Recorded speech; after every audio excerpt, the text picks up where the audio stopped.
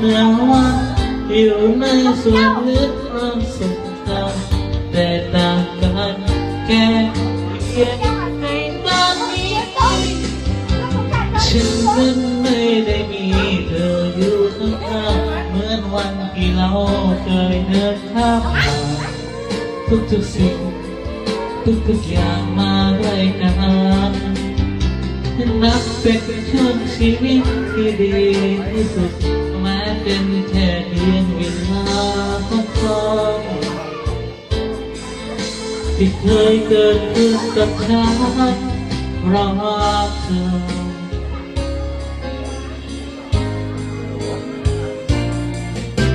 เหตุที่ต้องพักนั้นเธอนั้นแต่วันที่เกิดในครั้งในวันที่ผ่านฉันไม่เคยเดินเกี่ยวไว้วันที่เธอคิดวันที่เธอรอวันไม่เคยเติมนั้นก็ยังงดงามจะเคยเปลี่ยนไปที่ให้นำคืนเพียงเหมือนกันเมื่อวันอยู่ในส่วนลึกความทรงจำแต่ต่างกันแค่เพียงในตอนนี้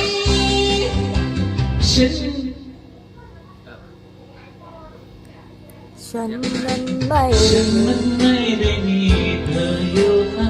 งๆเหมือนวันที่เราที่เดิน